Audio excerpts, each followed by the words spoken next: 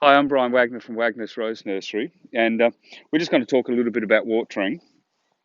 This is a 2-year-old bare-rooted rose bush, and these roots are fairly long. So what you'd normally get when you receive your plant would be a rose bush where the roots are chopped quite a bit harder than this. But I want to point something out to you. You can see the length of this root. Now, this has been cut with a machine. With an undercutter, what we call an undercutter, which severs the roots when we're pulling them up. Now, that root system there would most probably be at least another 30, 40 centimetres longer. This one here could be anything up to, say, a couple of metres in length. So I'm just pointing out to you that the root system just doesn't finish here. It's quite extensive, and that's where we're going to get back into talking about how we water.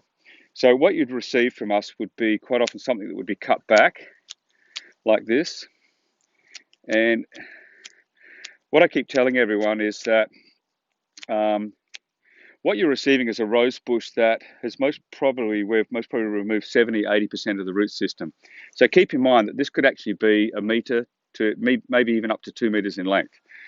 And also when you receive your plant as a bare-rooted rose bush, you're going to get a bush that's usually about 30 to 40 centimetres in length. People want to see something with size. But what we've got right here at this very moment is quite an imbalance. We've got much less root system on this plant as opposed to what we've got on top when it was actually in the ground. And what we've done, we've most probably, as I said before, removed 70 or 80% of the root system, but we've only removed maybe 50% of what's on top because you want to see something big.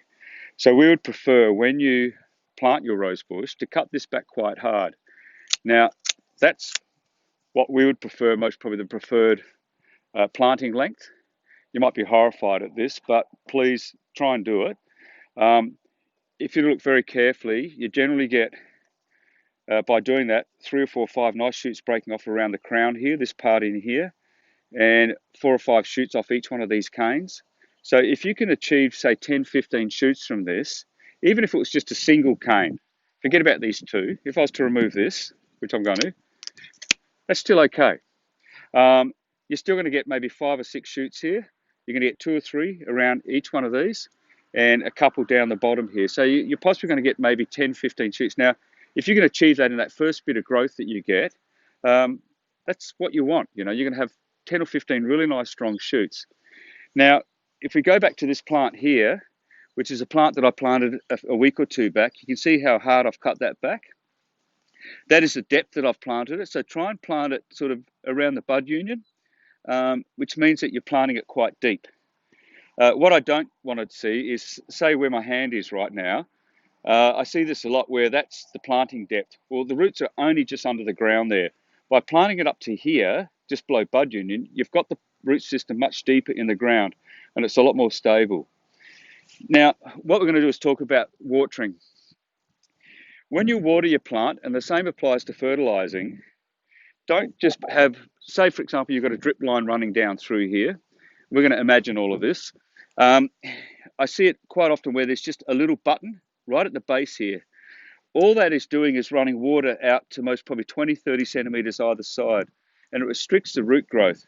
So if you want to have an extensive root system, you need to run parallel lines of drippers running through here and maybe have them 3 or 4 wide. So you're actually watering an area that's 1 metre or 2 metres out.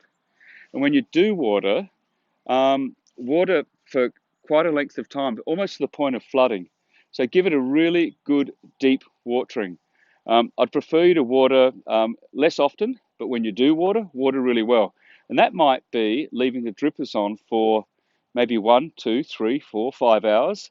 But just check, because that will obviously depend on the pressure of how your tap is open and how much water is coming through your drippers.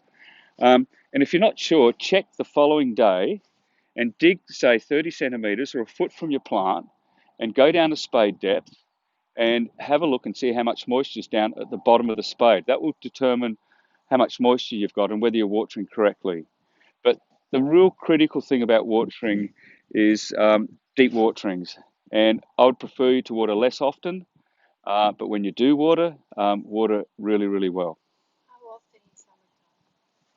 Look, summertime, that will obviously depend on a few factors. It'll depend on soil type, whether you've got a light soil or a heavy soil, whether you're mulching.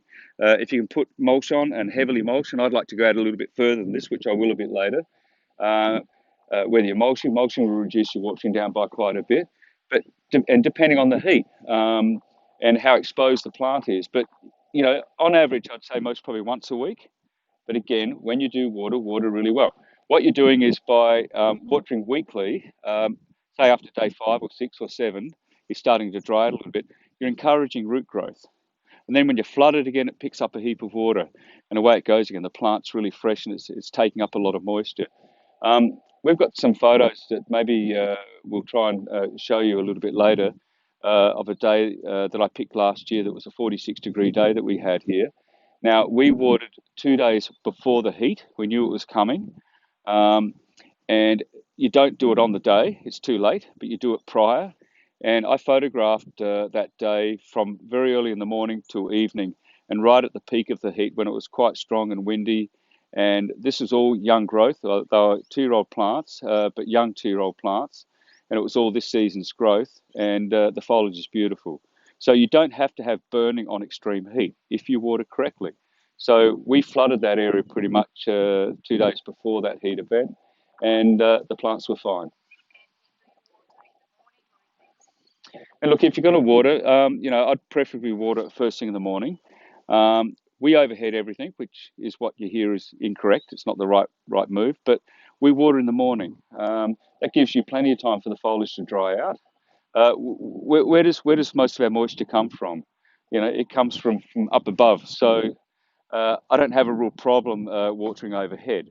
In some cases, you may be limited with water that you've got, or the water is too hard, or it's quite saline. So, maybe you have to go to drippers, but we overhead everything, and we don't have a problem with our water quality. This is my old dog, Mossy. Yeah, look, established plants still the same. You've obviously, when you first put a young plant in, you've got to make sure that they don't dry out and they've got to be watered properly. And you give them very good watering in that first month or two till they establish their roots. But look, older plants, pretty much the same. As I keep saying, you can have the best of everything, but if you don't water properly, you're not going to get quality growth. And if you water correctly, you're going to have much less disease. Fungal disease for me is quite often stress related. So again, stress related can be lack of water. The plant's stressed out. It'll get more disease. So whether it's young or old, good, big, deep waterings. But especially when they're young, you've got to be really careful. You've got to make sure that they do not dry out because they won't recover and they can dry out. And if they do, they'll die. So my dog wants a pat. Okay, thank you.